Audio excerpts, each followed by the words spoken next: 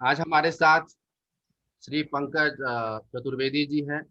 पंकज चतुर्वेदी जी बहुत बड़े पत्रकार हैं और साहित्यकार हैं। इन्होंने अपने जीवन में कई ऐसी पुस्तकें लिखी हैं जो हम सभी के लिए प्रेरणादायी है।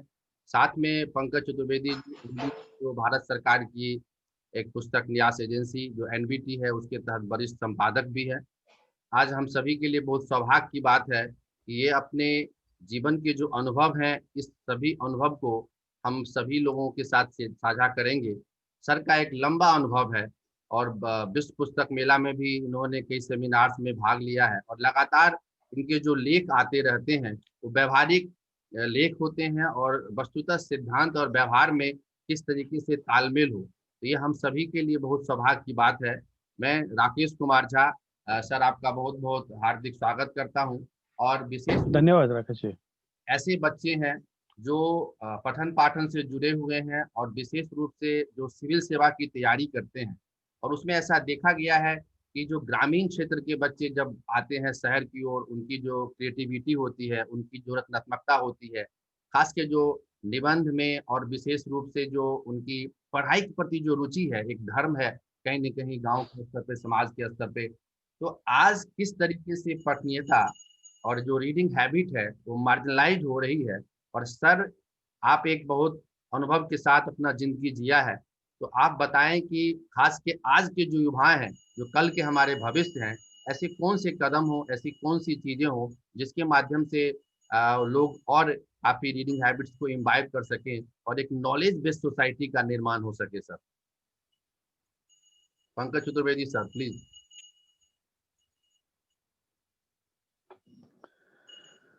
हाँ, धन्यवाद राकेश जी।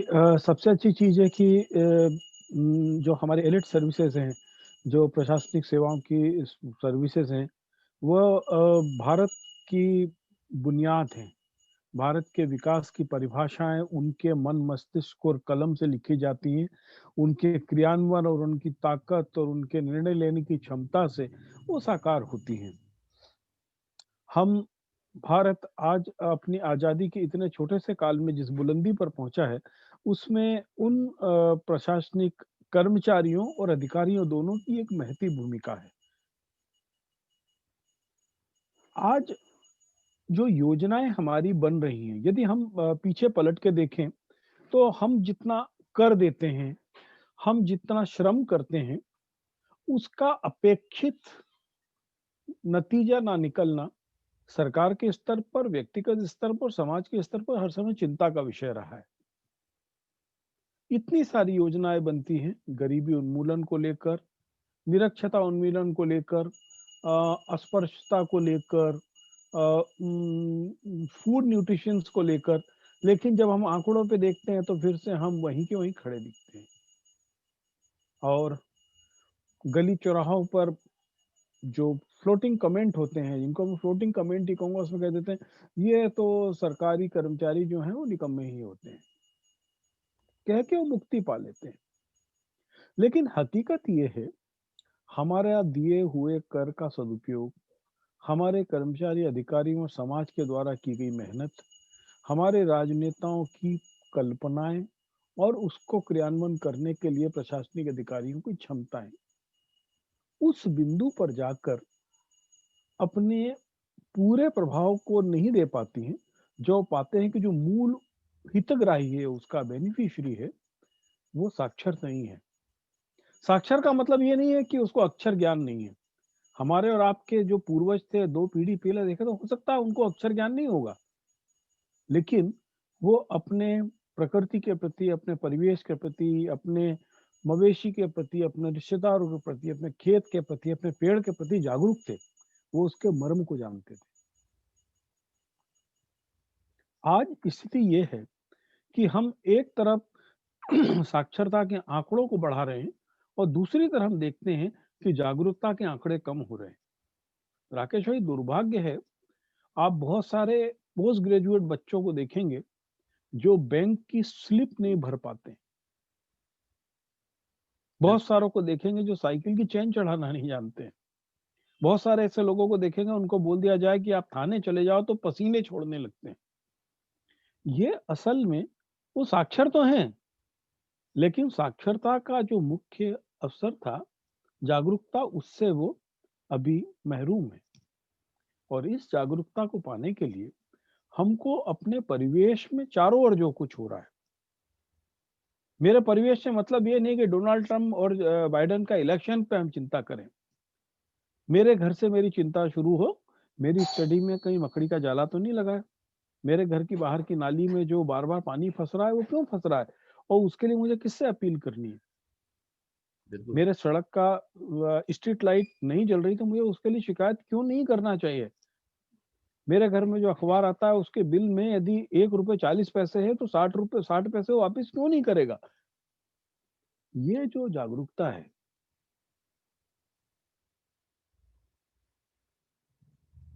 बिल्कुल। चलता है, मैं इसमें क्यों दखल दूँ?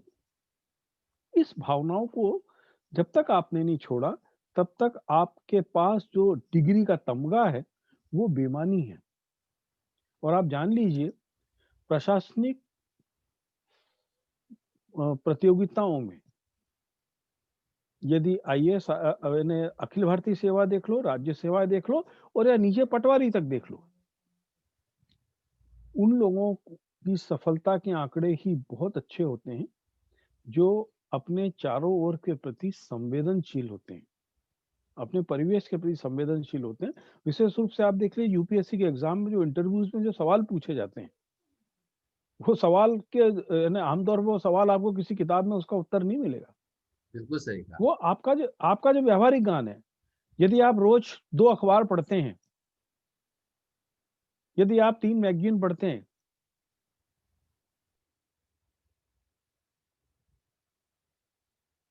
ये तो नहीं है। तो नियमित पढ़ने की आदत, बेहतर पढ़ने की आदत, और देखिए, पढ़ना एक अलग चीज़ है। देखिए ना, कि जैसे मुझको किसी ने रशियन में अल्फ़ाबेट लिख दिए, वो लगभग रोमन तरीके हैं। हम उसको पढ़ तो सकते हैं एक्स, वाई, बी के क्यू, लेकिन उसको डिकोड करके उसका अर्थ समझना और उसके बाद उसको अपने जीवन में इम्प्लीमेंट करना, ये जब पूरी प्रक्रिया के साथ जब आप इस शब्द गंगा में नहीं तैरते हैं, तो आपका पढ़ना, डिग्री पाना, 20 घंटे किताबों के साथ जोड़ना बेईमानी हो जाता है। बिल्कुल। तो इसलिए बहुत सारा पढ़ना, पढ़ने के बाद उसको अपने जीवन के अनुसार से ढालना और उसके प्रति संवेदनशील होना। हुँ, हुँ। केवल इसलिए नहीं कि मेरे ये प्रश्न आएगा इसलिए इसके उत्तर के लिए मैंने इसको याद कर लिया। जी, राकेश जी। जी, जी, बिल्कुल। तो इसी से जुड़ा हुआ एक प्रश्न है, क्योंकि आज के युवाओं के समक्ष कई ऐसी पुस्तकें हैं और पुस्तकों के साथ-साथ कई, जब आपने छात्र जीवन में देखा होगा कि उस टाइम जो चीज़ें थी, काफ़ी सीमित संसाधन होते थे, अर्थात ये ऑनलाइन या तमाम जो कोचिंग इंस्टीट्यूट्स या बहुत सारी ऐसी चीज़ें नहीं हुआ करती थी। हमारे यहाँ परंपरा थी कि जो हमारे भाई साहब ने पढ़ा उसको हम लोग भी पढ़ते थे और एक द पीढ़ी दर पीढ़ी वो कार्य चलता था। आज की स्थिति ऐसी है, गाँव से लेके शहर, शहर से लेके महानगर, सभी जगह किताबों की और विशेष रूप से जो ये गाइड बुक्स है, उसकी भरमार है। ऐसी स्थिति में बच्चे जो खास के यूजी हैं, पोस्ट ग्रेजुएट हैं और विशेष लक्ष्य को लेके, खास के सिविल सेवा की मैं बात कर रहा हूँ, उसको लेके वो दिग्भ्रमित हो जाते हैं। बेसिकली उनके ऊपर एक इल्यूज़न हो जाता है कि कौन-सी पुस्तकें करें, कैसे पढ़ें? क्योंकि एक आप एक सफल व्यक्ति हैं और आप जो क्रिएटिविटी के साथ लिखते हैं, वो मुझे भी काफ़ी प्रेरित करती है कि बहुत कम शब्दों में आपने बहुत सारी बातें कह देते हैं और मुझे लगता है कि सिविल सेवा में ये बहुत बड़ा एक गुण होना चाहिए बच्चों में कि बहुत कम सीमित शब्दों में एक क्रिएटिव चीज़ों को एक विश्लेषणात्मक ढंग से उसको रखें। तो मैं उसी संदर्भ की ओर आपको आकर्षित करना चाहता हूँ कि आपके ज़माने से लेके आज तक बच्चों का किस प्रकार से छात्रों को किस प्रकार से उन पुस्तकों का चयन किया जाए ताकि सैद्धांतिक और व्यावहारिक दोनों ज्ञान का उनके मनःस्थिति पर विशेष प्रभाव पड़े। वो भी एक बहुत बड़ा प्रश्न है जो आप हमारे सभी श्रोताओं, दर्शकों के साथ शेयर करना चाहेंगे, मुझे अच्छा लगेगा। राकेश जी, ये बात सही है कि तकनीक ने बहुत सारी चीज़ों को सरल बना दिया है। लेकिन ये भी बात सही है कि तनिक तकनीक ने सूचनाओं का जब विस्फोट किया है, उस सूचना विस्फोट के बीच में से अपने मतलब की सूचना को निकालना एक जटिल प्रक्रिया हो गया है। देखिए, पत्रकारिता की भाषा में एक चीज कहते हैं कि एक सूचना को समाचार कैसा बनाया जाए, वही एक पत्रकार का गुण होता है। बिल्कुल। जैसे मैं आपको उदाहरण बताऊं, एक सरकारी प्रेस नोट आया कि फला फला जिले में 252 कुंटल चीनी आई और उसको उचित मूल्य की दुकान से वितरित किया गया। आम लोगों के लिए वो समाचार है, लेकिन एक असल पत्रकार के लिए वो केवल सूचना है। वो पत्रकार उस सूचना के आधार पर 5 राशन का की दुकान पर जाएगा और पूछेगा कि तुमने कितनी-कितनी चीनी वितरित की, और 10 उपभोक्ताओं से भी पूछ लेगा और उसके बाद उस सूचना से समाचार बनाएगा। बिल्कुल। ठीक यही प्रक्रिया आज हमारे पास में जो सूचनाओं का विस्फोट है, उस सूचनाओं को विस्फोट में से समाचार बनाना, यानी समाचार का मतलब क्या हो गया? सम आचार बनाना उसका, है ना? आचार के लायक है, जो चीज़ को हम आचार यानी सम आचार कर सकें ना, सद रूप में आचार व्यवहार में ला सकें, उस तरीके से परिवर्तित करना। यही जो रीज़निंग जिसको हम कहते हैं, बौद्धिकता का इस्तेमाल यहाँ से शुरू होता है। सूचनाएँ आप बहुत सारी इकट्ठी कर सकते हैं, पुस्तकें आप ढेर सारी इकट्ठी कर सकते हैं, लेकिन उस सूचना में से, उन पुस्तकों में से वो चीज़ जो मनचा वाचा कर्मा, मन वचन और कर्म से हम प्रक्रिया में ला सकते हैं, उसको चुनना ही आपकी बौद्धिकता पर निर्भर करता है। और असल में वही लोग जो इस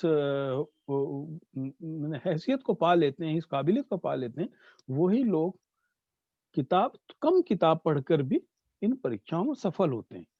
और अब सवाल आएगा कि हम ऐसा क्यों, यानी हम क्या पाएँ ऐसा? इसके लिए एक आपके मन में एक संपादक की दृष्टि होना चाहिए, संपादक की दृष्टि। हर व्यक्ति में एक संपादक छुपा होता है। अब आप बोलेंगे संपादक यहाँ कहाँ से घुस आया? असल में एक संपादक का काम होता है सफाई कर्मचारी का, यानी साफ करने का, झाड़ू लगाने का। संपादक का काम ये नहीं होता है कि क्या छपना चाहिए। संपादक का काम होता है वो चीज़ छाँटना कि क्या नहीं छपना चाहिए, मेरे लक्षित पाठक वर्ग के लिए क्या चीज़ उपयोगी नहीं है। ठीक बिल्कुल। उसी तरीके से जब हम ये महसूस कर लेते हैं कि मैंने जो ये सूचनाओं का जंजाल मेरे ऊपर पास इकट्ठा किया, इसमें से क्या चीज़ मेरे लिए नहीं है, बिल्कुल। बस ये जो है शासकीय योजनाओं के बारे में हम एक जन धन योजना जैसे हमने लिया। हुँ, हुँ। जन धन योजना को मैं या आप, चूँकि हम इसके बेनिफिशियरी नहीं हैं, लेकिन हमने देखा है जन धन योजना और उसके बारे में जानकारी ले फुर्सत पा लिया। हुँ, हुँ। लेकिन जिस दिन हम जन धन योजना का लाभ अपने घर काम करने वाले, बर्तन माँजने वाले, चौकीदार, सफाई कर्मचारी को दिलवाने के लिए प्रयास करेंगे, उस दिन आपको जन धन योजना के बारे में निबंध याद करने की ज़रूरत नहीं रह जाएगी। बिल्कुल। ठीक है ना? तो जो हम जिन शब्दों को पढ़ रहे हैं, वो मेरे जीवन में किस तरीके से व्यावहारिक रूप से इस्तेमाल हो सकते हैं, एक तो वो चीज़। और दूसरा, हर चीज़ पर आपका नज़रिया बहुत स्पष्ट होना चाहिए। नज़रिया आप ये सोच के ना स्पष्ट करें कि पूरी दुनिया इस तरीके से सोच रही है, मैं भी ऐसा क्यों सोचूँ? मेरा नज़रिया मेरे अनुभवों से बनना चाहिए। बिल्कुल। यदि मैंने बहुत सारी बार देखा है कि एक सड़क पर चलते हुए यदि सड़क के कुत्तों को आप पुचकार दो तो आके आपकी गर्दन खुजाने लगते हैं, तो आपका नज़रिया उस पे बनना चाहिए कि सड़क के कुत्ते हर समय काटने को नहीं दौड़ते हैं। बनिस्बत वो एक खबरों को देखकर कि किसी में छपा फलाना सोसाइटी में एक बच्ची को कुत्ते ने काट लिया और हम लोग डर बना लें कि यार सड़क वाले कुत्ते किसी को भी काट लेते हैं। हुँ, हुँ। ठीक है? हुँ, तो मेरा क्या अनुभव है इस मामले में? ठीक है? बिल्कुल। तो हम जो अपने अनुभवों से सीखते हैं हर समय, अपने अनुभव से सीखी हुई चीज़ को हमको शब्दों में या मौखिक रूप से व्यक्त करने के लिए यानी किसी किताब से सीखने की या रटने की जरूरत नहीं पड़ती।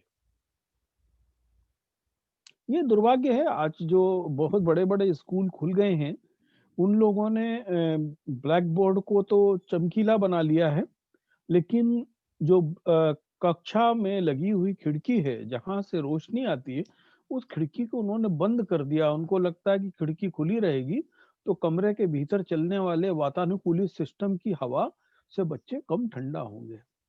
लेकिन असल में बच्चे को ज़रूरत वातानुकूलन से ज़्यादा उस प्रकाश की खिड़की की है, जिससे वो एक बार बाहर तो झाँक सके।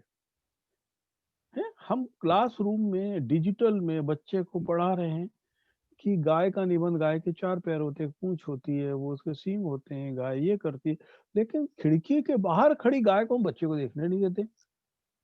दशहरा का निबंध हम लोगों को रटवाते हैं, लेकिन अपने बच्चों को हम दशहरा दिखाने नहीं ले जाते हैं। बिल्कुल, बिल्कुल, ये एक ये छोटा-सा मसला है। हम जो अपने अनुभवों से सीखते हैं, उसको आपको रात में सोते हुए झकझोर के कोई उठा के बोल देगा ना, कि एक सरकारी अस्पताल में आपने 3 चक्कर लगाए, चौथी बार आप उसकी अच्छाई-बुराई दोनों को आपको जब कोई बोलेगा लिख दो, तो आपको ज़रूरत नहीं पड़ेगी कि मैं उसके लिए किसी संदर्भ को तलाशूँ या रेफ़रेंस को हूँ। जब इलिट इंटरव्यूज़ होते हैं, उसके अंदर असल में यही देखा जाता है कि जो सामने वाला है ये कॉस्मेटिक है कि नेचुरल है यानी। स्वाभाविकता से आप उत्तर दे रहे हैं, यानी मुझे इसका उत्तर नहीं आ रहा है। हुँ, इ हुँ, हुँ। इस ये बोलने में भी आप कितने स्वाभाविक हैं, इसका भी अर्थ होता है, यानी ऐसा नहीं कि उससे आपके नंबर कट गए, बिल्कुल, बिल्कुल, बिल्कुल। ठीक है ना? तो हम जो पढ़ रहे हैं, उसमें हमारी एक दृष्टि हो और सूचनाओं के जंजाल में हम कहीं इस तरीके से ना उलझ जाएँ कि मालूम पड़ा कि हम अंतहीन जंजालों में फँसे चले जा रहे हैं। हम अपने मायने की चीज़ों को इस अपने पास रखें और जो दूसरे के काम की उसको उसको ट्रांसफ़र कर दें। देखिए, इसमें हमको आदिवासी बनना बहुत ज़रूरी है। आदिवासी और हमारे बीच में राकेश जी 2 व्यावहारिक अंतर है, जनजातियों और हम शहरी लोगों में या जो लोगों ने जंगलों को छोड़ दिया। 2 गुण होते हैं आदिवासियों में। एक, वो ज़्यादा संचय नहीं करते, बिल्कुल। ठीक है? हुँ, और हुँ। दूसरा वो कम में काम चलाते हैं। जैसे आपको और हमको बोलना है कि मुझे नारायणपुर जाना है, तो हम बोलेंगे नारायणपुर, हुँ, हुँ। लेकिन आदिवासी नारायणपुर में काम चला लेगा, हुँ, हुँ, हुँ, हुँ, हुँ। ठीक है? और वो संचय भी उतना ही करेगा जितना उसको ज़रूरत हो। तो ये 2 गुण हमारे पास में सूचनाओं के, संवाद के, ज्ञान के, हुँ, हुँ। क्या ज़रूरत है कि हम उसको अपने पास रखें। ज़्यादा संचय करने के चक्कर में ना पड़ें और जो भी आपके पास ज्ञान है, उसको छोटे से में कहने की आदत डाल लें। ये एक बहुत महत्वपूर्ण सूत्र होगा, जिससे आप ज़्यादा पढ़ सकेंगे और ज़्यादा व्यक्त कर सकेंगे। जी। बिल्कुल। पंकज सर आपने बहुत ही बारीकी के साथ, छोटे-छोटे उदाहरण के साथ सारी चीज़ों को बताया है और बिल्कुल ये मैं समझता हूँ काफ़ी प्रेरित करने वाली चीज़ें हैं, ख़ास कर अभी जो आपने एग्ज़ाम्पल्स दिया है। लेकिन इससे जुड़ता हुआ एक प्रश्न यह भी है कि जब छात्र पढ़ लेते हैं, जैसे ज्ञान का या नोट्स का संग्रहण कर लेते हैं इन स्रोतों के माध्यम से, लेकिन जब उनके हुँ, पास प्रश्न पत्र आता है, आप जब मान लीजिए हुँ, किसी के लिए आप संपादकीय पेज आप लिख रहे हैं, जैसे आपका मैंने अभी हिंदुस्तान में पढ़ा, तो बहुत ही सारगर्भित ढंग से उसको आपने लिख दिया। आप जब इस प्रोसेस से गुज़र चुके हैं, आप बहुत ही आसानी से सारी बातों को बता देते हैं। यही दिक्कत बच्चों के सामने भी है, ख़ास के जो निबंध के जो पेपर होते हैं, उसमें उनको दिक्कत होती है कि टॉपिक कुछ और है और लिख कुछ और रहे हैं। साथ में मतलब एक जो आपने कहा, जो अभी पीजी की बात आपने कहा कि वो स्लिप नहीं भर पाता है, बिल्कुल सही। यस। तो इस परिस्थिति से गुजरते हुए आज की जो युवा पीढ़ी है, उनको किस प्रकार से अपने ज्ञान का जो प्रस्फुटन है, अपनी जो ज्ञान की चीज़ें हैं, उसको राइटिंग स्किल जिसको आजकल बाज़ारवाद ने नाम दे दिया है राइटिंग स्किल, उस राइटिंग हुँ, स्किल को कैसे डेवलप किया जाए, कैसे उसमें दक्षता की जाए और किस तरीके से एक बेहतर आंसर या बेहतर अपने फॉर्मेट में जो पूछी हुई बातें हैं, उसको लिख पाएँगे। तो आपका क्या अनुभव है जीवन के और आपने जब एक छात्र रहे हुए होंगे, उस समय की जो चुनौतियाँ रही होंगी और आज एक आप इस पोज़ीशन में हैं, तो कैसे उस पे आपने विजय प्राप्त किया या जो सिद्धस्त किया, आपका जो अभ्यास का तरीका क्या रहा? उसके बारे में भी छात्रों को, खास के जो सिविल सेवा के स्टूडेंट्स हैं, उनके लिए आप 2 शब्द बताएँ सर। राकेश जी, क्या है कि लेखन और पठन-पाठन की जो प्रक्रिया है उसमें करत-करत अभ्यास के जड़मत होत सुजान ही होता है। यानी there is no formula at all कि आपने ये सूत्र लगाया और ये हो गया। हुँ, हुँ। बस ये है कि ज़ाहिर है कि मेरे समय में इंटरनेट नहीं हुआ करता था, हमारे पास में टेलीविज़न भी बहुत सीमित सूचनाओं के साथ हुआ करता था। हमारे पास में मनोरंजन के जो अतिरिक्त साधन होते हैं वो सीमित होते थे, तो ज़ाहिर है कि उस समय हम लोग अधिक से अधिक समय पुस्तकालयों में बिताते थे या फिर समान विचार के दोस्तों के साथ बैठ के गप, यानी जिनको गप मारना भी कह सकते हैं और बहस करना भी कह सकते हैं, जो आज के समाज में खत्म हो गया। मेरे आपके देखते-देखते कनॉट प्लेस के मोहन सिंह पैलेस का कॉफ़ी हाउस का वो जमावड़ा खत्म हो गया, जहाँ पर रोज़ शाम को लेखक बैठते थे। वो रचना पे, रचना धर्मिता पे, रचनाशीलता पर चर्चाएँ किया करते थे। लेकिन उसी जगह पर आज वो जमावड़े और अखाड़े फ़ेसबुक और इंटरनेट के दूसरे माध्यमों पे लगते हैं, जहाँ पर लोग अपने-अपने तरीके की चर्चाएँ करते हैं। तो वक़्त के साथ में प्रक्रिया को बदलना, प्रणाली को बदलना एक स्वाभाविक है और इसके लिए बहुत ज़्यादा नॉस्टैल्जिया की ज़रूरत नहीं है। It's a part of life. Hmm, बदलाव तो हो गई। हुँ, हुँ, जहाँ तक सवाल रहा मेरे जो छोटे से अनुभव है उसके अकॉर्डिंगली मैं अपने युवा दोस्तों को बोलना चाहूँगा कि हुँ, वो सबसे बड़ी चीज़ है कि अपने जीवन में सूक्ष्म अवलोकन की क्षमता को विकसित करें। हुँ, दिन हुँ, में कम से कम 10 या 5 मिनट, 15 मिनट वो प्रकृति को देखें। कभी उड़ते बादल को देखें, कभी पेड़ को देखें, पंछी को देखें, कभी हफ्ते में 1 बार बहती यमुना को देखें, अपने घर के पास के तालाब को देखें, कोई नई आती हुई चिड़िया को देखें, कभी मिट्टी के रंग को भी देखें। और उस चीज़ को अपने लफ्ज़ों में पहले बोल के देखें अपने साथियों के बीच में। कभी हफ्ते में 1 दिन हम लोग च क्या 5-7 दोस्त मिलके चर्चा कर सकते हैं कि मैंने हीराकुद पे और मैंने यमुना बाज़ार के मंदिर पे और मैंने बदरपुर पे यमुना को कैसे-कैसे देखा था। बिल्कुल। ये जैसे आदत आप में विकसित होगी सूक्ष्म अवलोकन की।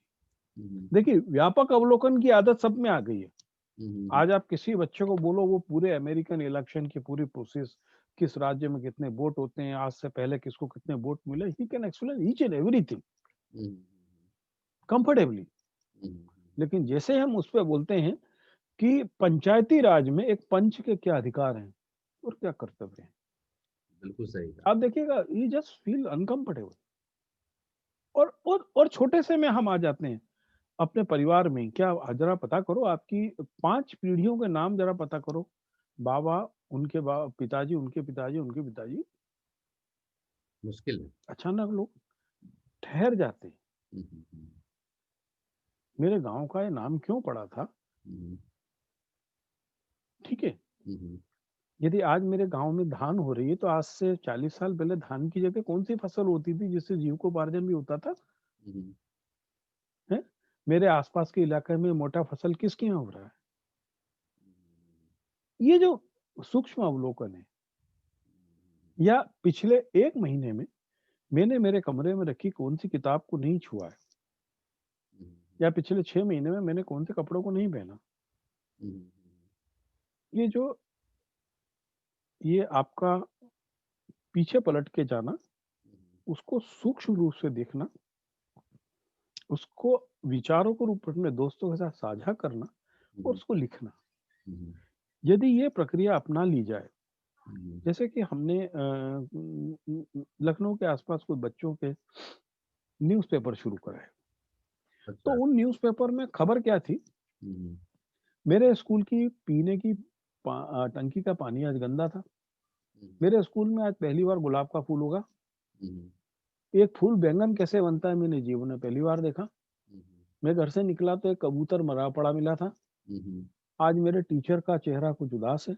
हुँ, हुँ, ठीक है? लगता है आज हमारी मैडम की शादी होने वाली है। हुँ, हुँ, आज मेरे मोहल्ले में बीना दीदी ने ब्यूटी पार्लर शुरू किया। हुँ, हुँ, बहुत माइनर ऑब्जर्वेशन है। आप जैसे ही इन ऑब्जर्वेशन को केवल देखना शुरू करते हैं और उस पे फोकस होना शुरू करते हैं।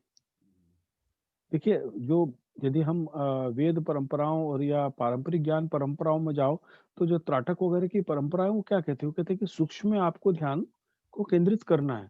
जैसे आपने सूक्ष्म पे ध्यान को केंद्रित किया, तो हम्म, आपकी ज्ञान की व्यापकता है, हम्म, मस्तिष्क की व्यापकता को विस्तार मिल जाता है। हम्म, जब आप सूक्ष्म केंद्रित होते हो, हम्म, और ये विज्ञान कहता है, हम्म, साइंस क्या कहता है कि रोशनी आई, हम्म, लेंस के बिल्कुल सबसे छोटे कोने में गई और सामने जाके उसने उसका बड़ा रूप दिखा दिया। जो हम्म, हम लोग सिनेमा में पर्दे देखते हैं, पर्दे पे बड़ी फ़िल्म देखते हैं, तो कैसे देखते हैं? हम्म, हम्म, तो यही पारंपरिक ज्ञान है और यही विज्ञान है। जितना सूक्ष्म अवलोकन की आदत डालेंगे, उतने बौद्धिक रूप से आप व्यापक रूप से अपने आप को व्यक्त करने की क्षमता स्वतः विकसित करेंगे। दूसरी चीज़ ये है, मेरा एक सुझाव है भाषा को लेकर। असल में आजकल बच्चों को भाषा को लेकर वो बड़े त्रिशंकु की स्थिति में होते हैं। त्रिशंकु की स्थिति में आते हैं, वो घर से आते हैं तो भोजपुरी, मगही, अंगिका, बुंदेली, ब्रज, राजस्थानी सीख के आते हैं। उनके परिवेश में भाषा होती है, ठीक है? दिल्ली जब आते हैं तो वो पंजाबी मिक्स हिंदी बोलने लगते हैं, और जब इंस्टीट्यूशंस में जाते हैं तो वो अंग्रेजी से पाला पड़ता है उनका। तो इसमें क्या होता है, आधी छोड़ पूरी को जाए, आधी मिले ना पूरी पावे होने लगता है। बहुत सारे लोगों को ये भ्रम रहता है कि जब तक हम अंग्रेजी में बेहतर नहीं हैं तो हम जीवन में ही बेहतर नहीं है, बेहतर इंसान ही नहीं है। देखिए, इसमें कहीं कोई शक नहीं, मेरा अंग्रेजी से कोई पूर्वाग्रह नहीं। अंग्रेजी एक ज्ञान की भाषा है। अंग्रेजी से हम अंतर्राष्ट्रीय स्तर की सूचनाओं को बहुत सारा संकलन करते हैं, आदान-प्रदान करते हैं। अंग्रेजी हमारे लिए ज्ञान और विज्ञान का, हमारे जीवन का एक ब्रिज है, वो एक पुल है। लेकिन जो हमारे माता-पिता की भाषा है और जो हमारी मातृभाषा है, वो हमारी अभिव्यक्ति की मूल भाषाएँ हैं। मैं बहुत सारे लोगों को जानता हूँ जो अंग्रेजी में बहुत अच्छा लिखते हैं, बात करते हैं, लेकिन जब आप उनसे असलियत में बात करेंगे, तो उनकी जो विचार श्रृंखला होती है, वो उनकी मूल भाषा में ही होती है, और उसके बाद में वो उनके मस्तिष्क में उसका अनुवाद होता है। देखिए, एक बात जान के चलिए, जब आप अनुवाद कर रहे हैं मानसिक रूप से या मशीनी रूप से, तो उसमें ट्रांसमिशन लॉस जो होता है, वो होता ही है। बिल्कुल। तो जो आपकी मूल अभिव्यक्ति है, जो आपके दिल से निकल रही है, वो सामने वाले तक आने तक कम से कम 30% उसका नुकसान हो गया। और यदि कोई एक खूबसूरत शब्द जो आपके दिल में था, वो अनुवाद के कारण सामान्य हो गया, तो इसका मतलब है कि आपकी समूची जो जो विचार की श्रृंखला और प्रक्रिया थी, उसका ह्रास हो गया। तो आप अपनी भाषा को बल दें। हिंदी भाषा में के क्षेत्र से आए तो हिंदी को सशक्त रूप से पढ़ें, और साथ में आपकी जो देशज बोलियाँ हैं, उनके शब्दों का उसमें दिल खोल के इस्तेमाल करें। जब आपको शब्दों के रिप्लेसमेंट की ज़रूरत पड़े, आपको लगता है कि इस जगह ये शब्द दूसरा आना चाहिए, तो उसकी जगह अपने देशज शब्दों को लेके आइए, और उसमें शर्म मत महसूस करिए, गर्व से लिखिए। उसमें यदि कोई गंगिका अंगिका का, मैथिली का, ब्रज का, राजस्थानी का शब्द है, तो वो उस आपकी भाषा को और आपके जो संप्रेषण की प्रक्रिया है, उसको खूबसूरत बनाएगा। वो उसमें दिखाएगा कि दिस इज़ अ डाइवर्सिटी, ये विविधता है उसकी, कि वो अपने देश की माटी से, अपनी जो सांस्कृतिक भौगोलिक जमीन है, उसमें अभी भी पकड़ बनाए हुए है। तो इसीलिए मेरे मेरे दोस्तों से है निवेदन है कि पढ़ने के लिए, अभिव्यक्त करने के लिए मौखिक और लिखित, अपनी मातृभाषा को बहुत ताकत से रखें, और अंग्रेजी को जब भी आप पढ़ें, तो अंग्रेजी को व्याकरण से ही पढ़ना शुरू करें। व्याकरण में खास तौर पे सबसे पहले टेंस को पूरा पढ़ जाएँ, और उसके बाद एक्टिव वॉइस और पैसिव वॉइस को, यदि आपने 2 चीज़ें आपकी मजबूत हैं, तो आप अंग्रेजी को शानदार लिख भी सकेंगे और पढ़ भी सकेंगे, उसमें कहीं कोई दिक्कत नहीं। नहीं है। जी, जी, जी। जी, राकेश जी। जी, पंकज सर, आप जैसा आपने बिल्कुल सही कहा, डॉक्टर कलाम भी वही बात कहते थे कि जब भी वो कविता लिखते थे तो अपनी भाषा में, यानी कि तमिल में वो लिखते थे। यानी जो भाषा होती है जी, वो आप सीखते हैं, ठीक है, आपकी वो आजीविका है, अंग्रेजी, फ्रेंच, कुछ भी आप सीख लेते हैं, क्योंकि आपका वो एक कैरियर है, प्रोफेशनलिज्म है। वो बिल्कुल सही कहा आपने, और विंग्स ऑफ फायर में उन्होंने इसका जिक्र भी किया है कि जो मैं कविता लिखता जी, हूँ, तमाम चीजें हैं। तो अग्नि कुरान में मैंने भी उसको पढ़ा था, तो कहीं ना कहीं वो सारी बातें जो प्रासंगिक हैं, आज के युवाओं को समझना चाहिए, और उससे काफी फायदा जरूर मिलेगा। एक अगली कड़ी जुड़ती है कि जब आपने सूचनाओं को इकट्ठा कर लिया, आपने अब लिखना भी सीख लिया, अब इसके बाद जो बच्चों के सामने समस्या है, जैसे आपने कई मंचों का संचालन किया है, जहाँ तक मुझे याद है, बड़े-बड़े दिग्गज लोग आपके मंच के पास बैठे रहते हैं, आप बहुत ही सहजता से मंच का संचालन कर लेते हैं। लेकिन ऐसे बच्चे, ऐसे छात्र जो प्रीलिम्स की परीक्षा, मुख्य की परीक्षा और फिर साक्षात्कार में जाते हैं और विशेष रूप से ऐसे जो इंट्रोवर्ट होते हैं, खास के ऐसे लोग जो बोलने में थोड़ा-सा उनको संकोच होता है, वो जानते तो हैं, उन्होंने मुख्य परीक्षा पास तो कर ली है, लेकिन जब वो आयोग के सदस्य के सामने जाते हैं, तो उनको हिचकिचाहट होती है और ऐसा मैंने कई बार देखा है, जो छात्र बहुत ही मेधावी हैं, बहुत ही कर्मठी हैं, काफ़ी मेहनती हैं, लेकिन चूँकि उनके पास वो चतुराई या आप कह लीजिए वो स्किल नहीं है, कम्युनिकेशन स्किल नहीं है, जिसकी वजह से उनकी सारी मेहनतें बेकार हो जाती हैं और फिर से अगले कदम की तैयारी उनको करना पड़ता है। तो ये जो एक कमांडिंग पोज़ीशन है या ये जो स्किल है जिसको कम्युनिकेशन स्किल है, वो किस तरीके से लाया जाए और एक जहाँ 5-6 मेंबर्स हैं, व तमाम क्वेश्चन्स आते हैं, जाते हैं, किस तरीके से अपने आप आत्मविश्वास हो। जैसे आप खुद आप पोडियम पे रहते हैं, पुस्तक मेला में मैंने देखा, कई जगह मैंने देखा, तो किस तरीके से सभी के साथ आप माइक पकड़ के कम्युनिकेशन कर लेते हैं, बाकी चीज़ें कर लेते हैं। वो जो चीज़ें हैं, ब्यूरोक्रेट्स में भी नहीं होते हैं, जो पास भी कर लेते हैं, उनको भी यदि किसी मंच पे बिठा दिया जाए, तो उस तरीके से नहीं बोल पाते हैं। तो मेरा ये कहना है कि जो आपने बारीकियों को बताया कि छोटी-छोटी चीज़ों को देखना चाहिए, इससे क्या होता है, एक मन में विचार आता है, एक कहीं न कहीं उद्वेलन होती है।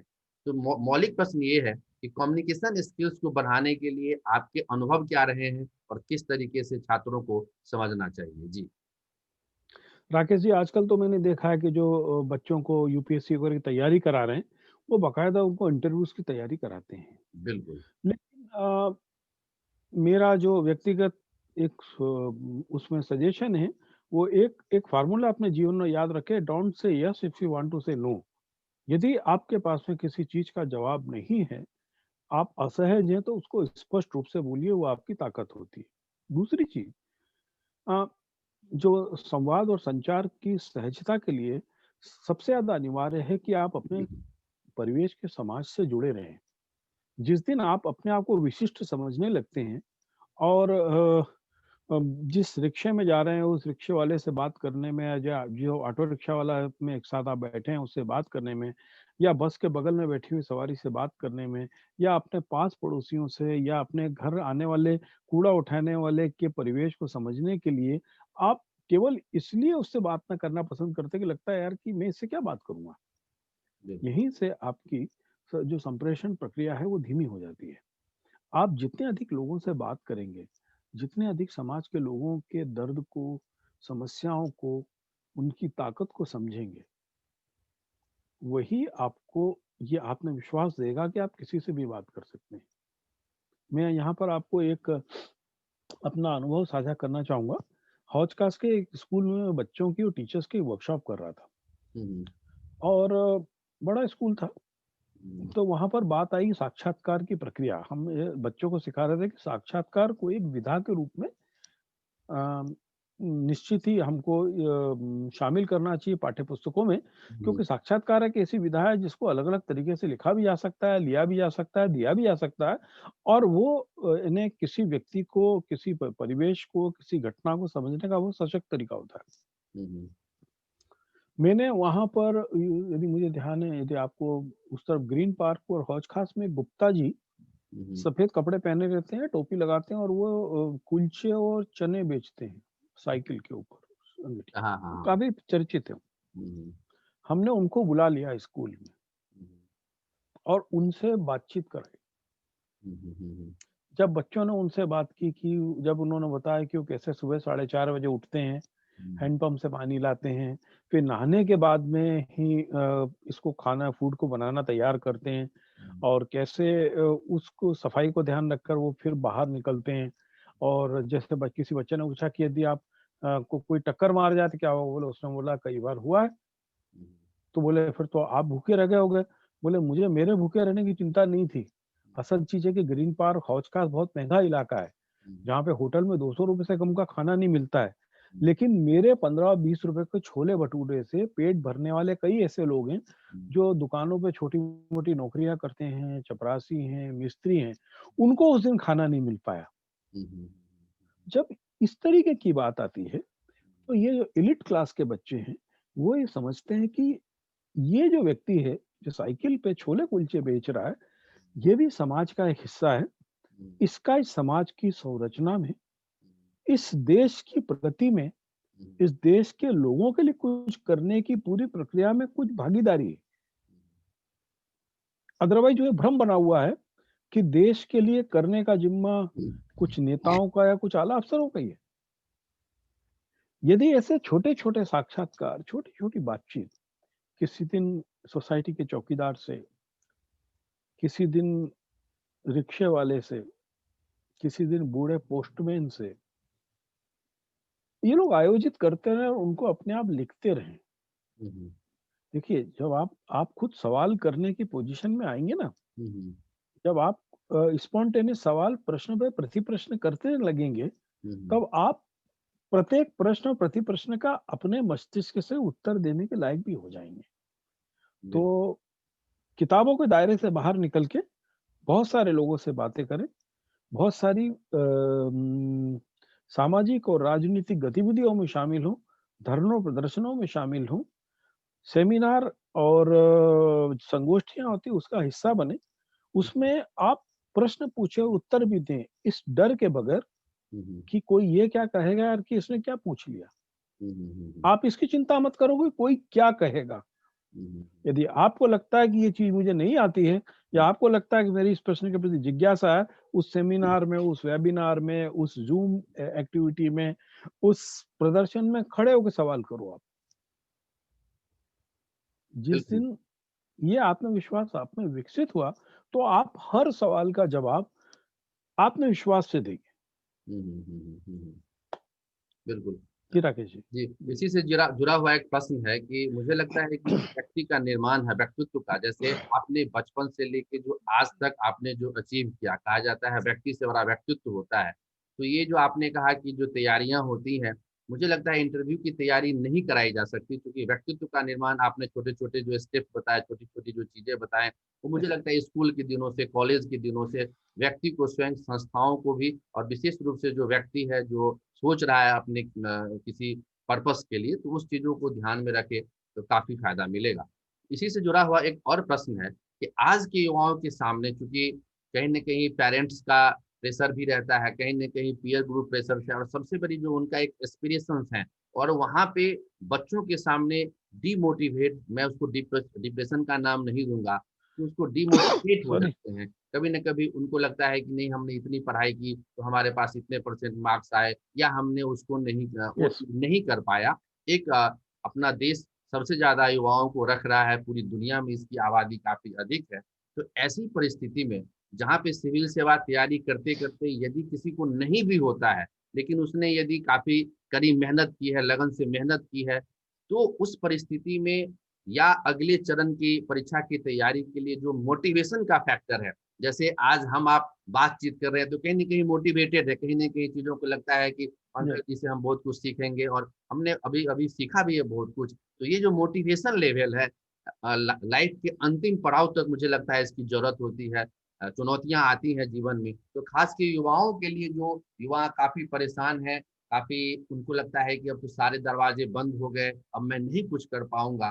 तो उनके लिए हम या आप किस तरीके का संदेश कह लें या क्या मैकेनिज़्म हो, क्या-क्या ऐसी चीज़ें हैं जैसे आज मैं गार्डनिंग कर रहा था, कुछ पौधे मैंने गुलाब के हुँ, और हुँ। केले के पौधे छोटे-मोटे लाए तो मैं उसको लगा रहा था मतलब बचपन की यादें कर रहा था कि पापा किस तरीके से बगीचे में 10-5 पौधे हम लोगों से लगवाते थे। तो चीज़ें आज के परिवेश में रहते हुए किस तरीके से अपने आप को मोटिवेट करें, कौन-सी ऐसी पुस्तकें पढ़ाई जाए, क्या किया जाए, उसके बारे में ज़रा आप छात्रों के लिए प्रकाश डालें?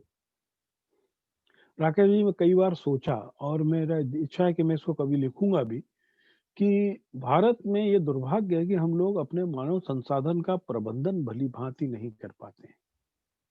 यदि वास्तव में हमारे यहाँ मानव संसाधन का प्रबंधन भली-भाँति हो, तो मेरी अपनी राय है कि जो बच्चे यूपीएससी एग्ज़ाम में इंटरव्यू में डिस्क्वालीफाई होते हैं, उन बच्चों को ऑटोमैटिकली स्टेट पीसीएस में या उससे जुड़े हुए सर्विसेज में शामिल कर लेना चाहिए।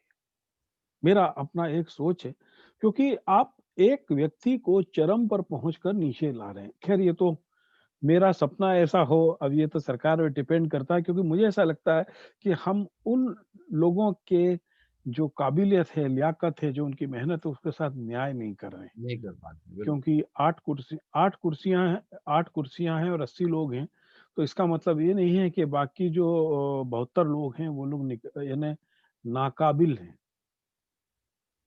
बिल्कुल, तो बिल्कुल। देखिए, है क्या कि दुर्भाग्य है कि हमारे यहाँ जो पूरी शिक्षा प्रणाली है, वो आपको असफल ठहराने से शुरू होती है।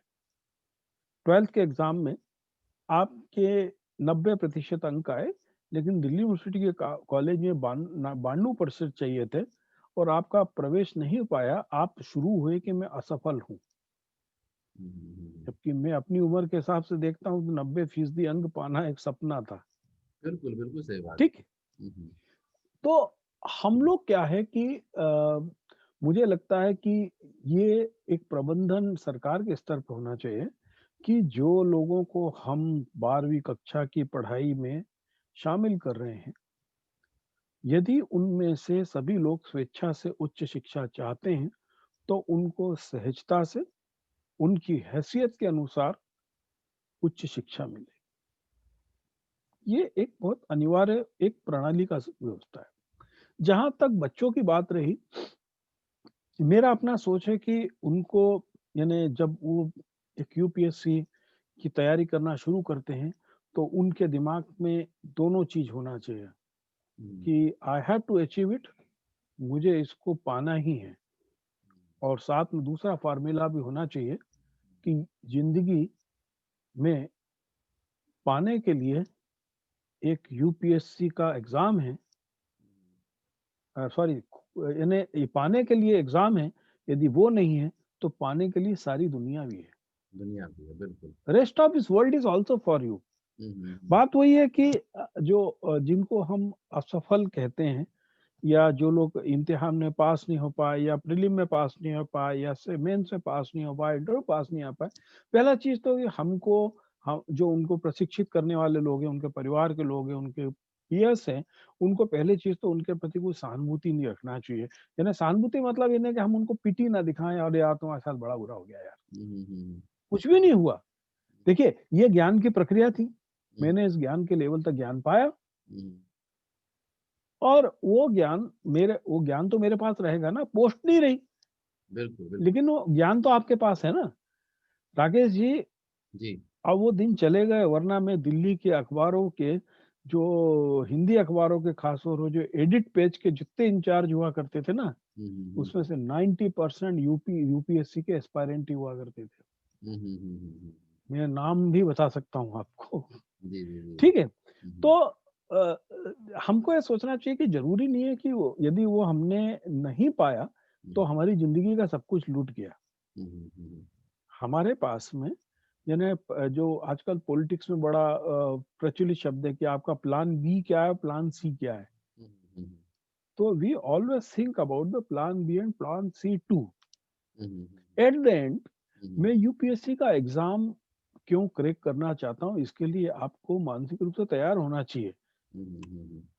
This is not only to get a high class job, hmm, hmm, hmm, hmm, hmm, hmm. है ना?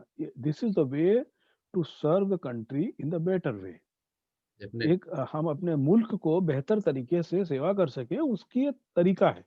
हुँ, हुँ, हुँ, हुँ, हुँ, हुँ। यदि हमको ये ओहदा नहीं मिला, हुँ, हुँ। तो देश की सेवा करने के जो और बेहतर तरीके हैं, हमको उससे विचार तो करना चाहिए। हुँ, हुँ, हुँ, हुँ। बहुत सारे तरीके हैं, जैसे मैंने आपको अभी अखबार के डेस्क का बताया था। हुँ, हुँ, हुँ, हुँ। मैं राकेश जी बहुत सारे ऐसे बच्चों को जानता हूँ जिन लोगों ने 5-5 अटेम्प्ट दिए, हुँ। नहीं हुए, और फिर वो अच्छे इंस्टीट्यूशन में खुद ही पढ़ा रहे हैं और वो बहुत सक्सेसफुल है वहाँ पर, बिल्कुल, बिल्कुल। बहुत पॉपुलर टीचर हैं। बिल्कुल, बिल्कुल। नरेंद्र हिरवानी, केवल 1 मैच में उसने 8 विकेट लिए और चर्चित हो गया। नरेंद्र हिरवानी उसके बाद खेला ही नहीं खेल। हुँ, हुँ, हुँ। लेकिन नरेंद्र हिरवानी की जो कोचिंग इंस्टीट्यूट है वो बहुत सक्सेसफुल है, बहुत चर्चित है। ऐसे बहुत सारे क्रिकेट खिलाड़ी हैं जो 1 या 2 मैच खेले, लेकिन उनकी कोचिंग से निकले हुए बच्चे टॉप हैं, हुँ, हुँ, हुँ, हुँ, हुँ। ठीक है होता ना? है। तो हमारे पास में we always think about the plan B too. Don't be overconfident. हमें अतिरेक का आत्मविश्वास नहीं होना चाहिए। आत्मविश्वास एक आत्मविश्वास होता है, लेकिन कई सारे लोगों को, बच्चों को मैंने देखा, वो अचानक मानसिक रूप से तंग हो जाते हैं कि अब मेरा क्या होगा। दुनिया को बेहतर तरीके से जीने के लिए इस समय तकनीकी ने बहुत सारे अवसर दिए हैं। जो आपने ज्ञान अर्जित किया है इन परीक्षाओं को पास करने के लिए, उस ज्ञान के इस्तेमाल के और कई भी तरीके हो सकते हैं। उस ज्ञान का संचरण और लोगों तक हो, उसके लिए भी आप उस तरीके से भी आप इस देश की सेवा कर सकते हैं। इस ये भरोसे के साथ आपको काम करना होगा। हाँ, यानी जो अलाइड सर्विसेज है, ये ग्लैमर नहीं है। ये ग्लैमर से ज़्यादा देश सेवा का एक जज़्बा है। तो हमें उसके ऊपर टिक के रहना पड़ेगा। और दूसरी चीज़ है कि सबसे बड़ी चीज़ है कि ये मेरा अंतिम लक्ष्य ये नहीं है जीवन का। मेरा अंतिम लक्ष्य ये कलेक्टर बनना नहीं है अकेले। मेरा अंतिम लक्ष्य केवल एक है कि मेरे लिए राष्ट्र सर्वोपरि है। देश से बड़ा कोई चीज़ नहीं है। यदि मैं देश के लिए कुछ सकारात्मक कर पा रहा हूँ, तो वही मेरी इस पूरी तैयारी का हासिल-ए-महफ़िल है ना? तो ये भरोसे के साथ में बच्चों को अपनी जो ज्ञान और विज्ञान और सूचनाओं को एकत्र करने की प्रक्रिया, उसके साथ काम करना चाहिए। बिल्कुल। अ, जी, एक मेरा ये भी प्रश्न है कि इंसान जो है हमेशा कहता है ना, परस्यूट ऑफ हैप्पीनेस, एक खुशी की, जैसे एक छोटे बच्चे होते हैं उनको आपने यदि एक टॉफी दे दिया तो खुश हो जाता है कि देखो आज पापा ने हमें एक बिस्किट या टॉफी। तो कहीं न कहीं जैसे जैसे उम्र बढ़ता है, जिसकी बात बहुत सारे थिंकर्स ने भी किया है, तमाम चीज़ें हैं। तो जब छात्र आज जो मैं उसी बात पे लौटना चाहता हूँ, जब उनकी महत्वाकांक्षा होती है कि मैं यूपीएससी करूँ, मैं ये करूँ, मैं वो करूँ, और उसके बाद भी उनका जो है डिससैटिस्फैक्शन लेवल रहता है। उसके पीछे बहुत सारे फैक्टर्स हैं, उसमें हम लोग नहीं जा सकते हैं, पॉलिटिकल फैक्टर्स है, सोशल फैक्टर्स है, हाँ। तमाम तरह के हुँ, मुद्दे हैं। लेकिन मुझे लगता है कि जब हम लोगों ने भी जब अपना जीवन शुरुआत करी थी, तो उस टाइम हुआ कि चलो 10th पास करेंगे, तो सुकून से रहेंगे। 12th पास करेंगे, बीए करेंगे, एमए करेंगे, तमाम चीज़ें होती गई। अब आप 50-55 के आस-पास हम सभी लोग हैं। तो ऐसे युवाओं को हुँ। क्या संदेश देना है? जैसे हमारे पिताजी 2 साल पहले गुज़र गए, आपके बुक फेयर में भी आए थे टीएन चतुर्वेदी और बीपी सिंह, तमाम जी, लोग। मेरे जी। पिताजी भी जी, आए जी, थे जी, जी, और जी। तमाम बलदेव भाई शर्मा जी, जी जी, थे, जी। तमाम।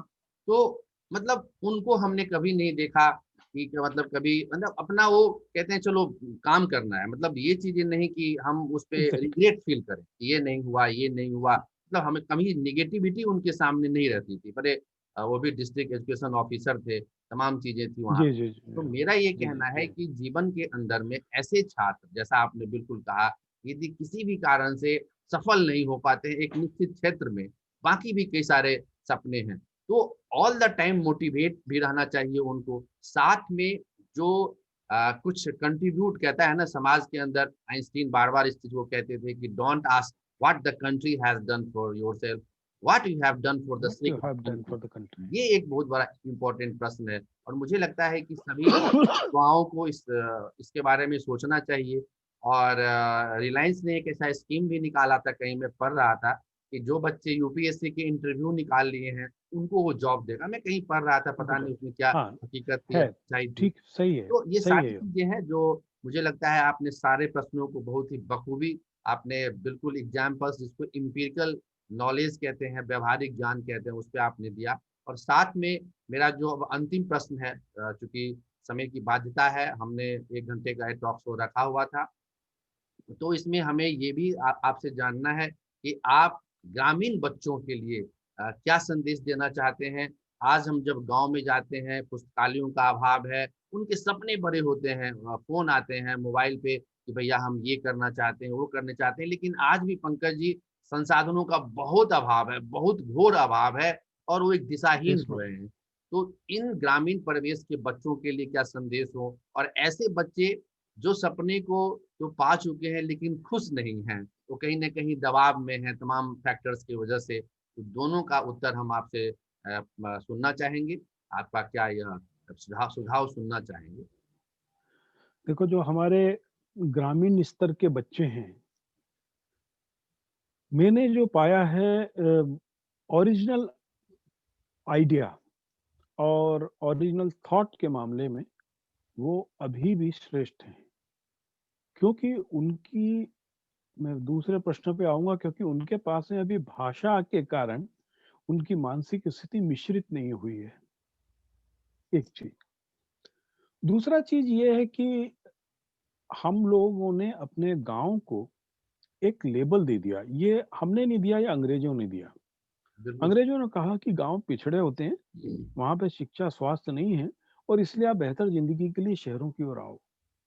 जबकि आज दिल्ली सरीखे शहर की 44% आबादी स्लम में रह रही है और दिल्ली एक अर्बन स्लम है। और जो बच्चे, यंग स्टूडेंट कंपटीशन की तैयारी के लिए जिन कमरों में रह रहे हैं, उनको कमरे की जगह दड़बा कहा जाए तो बेहतर होगा। यहाँ आज की दिन सरकार ने बोल दिया है कि आप यदि ज़रूरी नहीं हो तो घर से ना निकलो और घर में भी दरवाजे खिड़की बंद रखो, क्योंकि बाहर की हवा इतनी ज़हरीली है कि आपको आपके जीवन भर के रोग आपके साथ चिपक सकते हैं। शहर एक चमक है।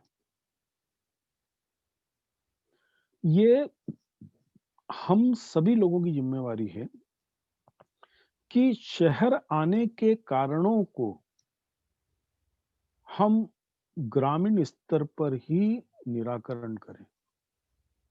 क्या कोई बेहतर शिक्षा के लिए शहर आना चाह रहा है? क्या पुस्तकों के अभाव के लिए शहर आना चाह रहा है? क्या वो बेहतर स्वास्थ्य के लिए शहर आना चाह रहा है? हमको बड़े शहरों और गाँव के बीच में एक ऐसी जगह विकसित हर जगह जिला स्तर पर करनी होगी, जहाँ पर कुटीर उद्योग हों, जहाँ पर ज्ञान के केंद्र हों और जहाँ पर इन लोगों को पलायन के लिए रोका जा सके। गाँव को हमको आशा अभिलाषाओं के केंद्र बनाने होंगे।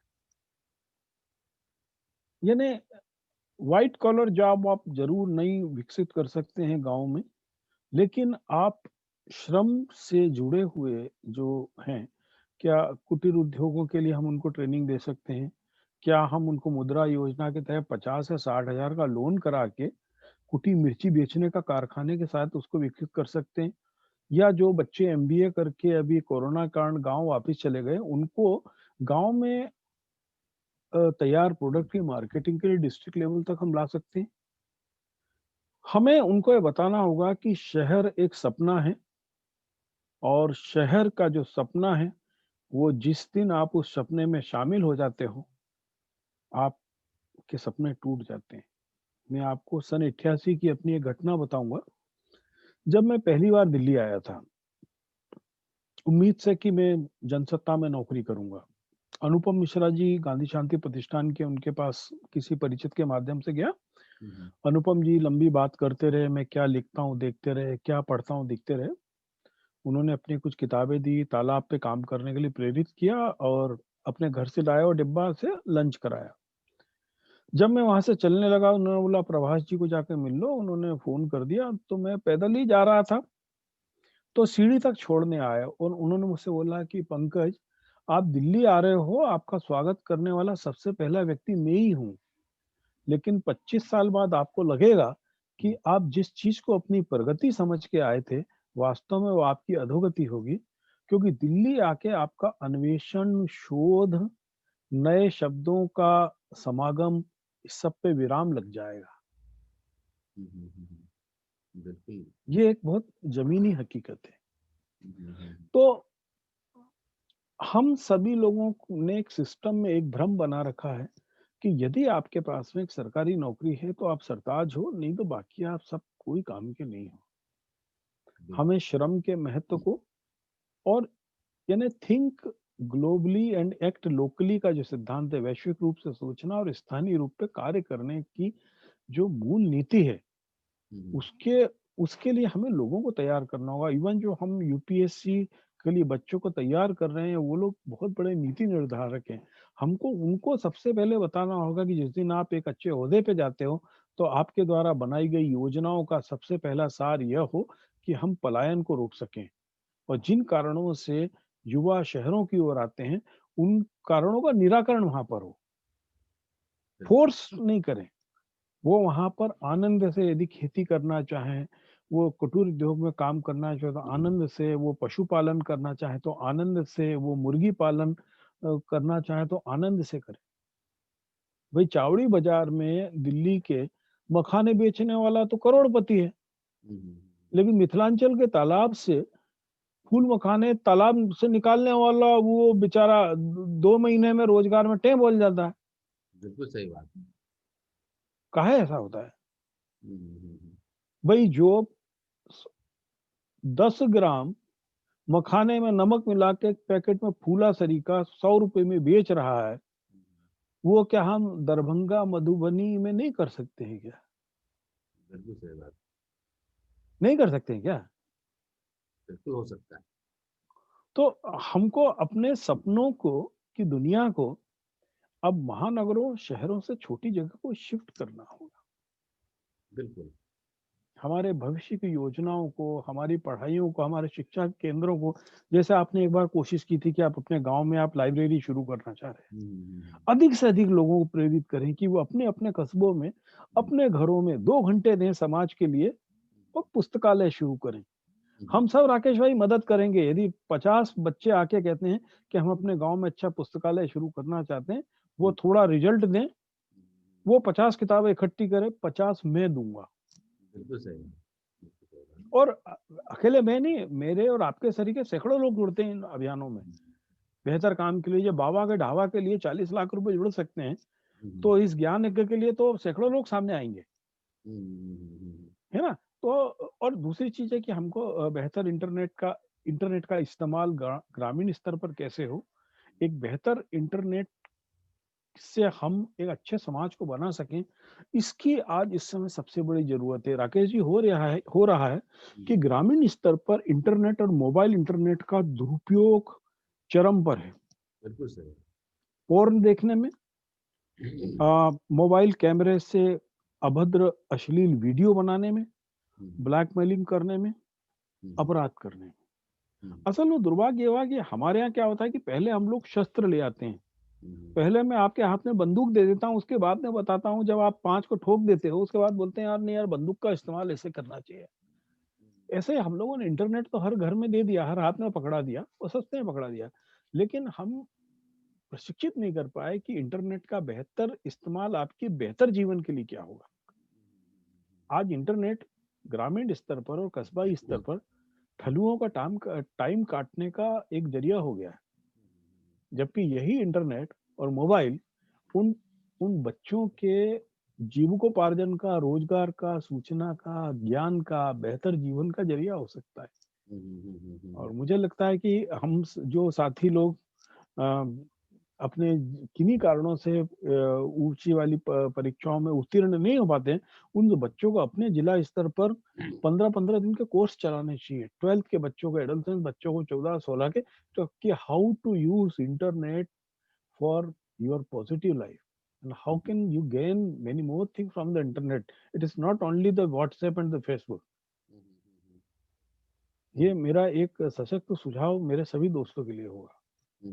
जी बिल्कुल आपने सही कहा। और मुझे हिंद स्वराज की बात याद आती है, जैसे आपने ग्रामीण परिवेश की, जो उन्होंने western critic of western civilisation की जो जी बात महात्मा गांधी ने कहा, लंदन को उस जमाने में देखा था, और उन्होंने इस बात की बहुत पहले भविष्यवाणी की थी कि किस तरीके से जो लाइट होती है, जो लैंप पोस्ट होता है, उसके वजह से लोग, भूखे लोग भी हैं लेकिन उसके नीचे लेटे हैं, तो उनको एक खुशाभास होता है कि नहीं हम बहुत अच्छे हैं, हमारा बहुत जीवन अच्छा है। बहुत सारी ऐसी बातें होती है।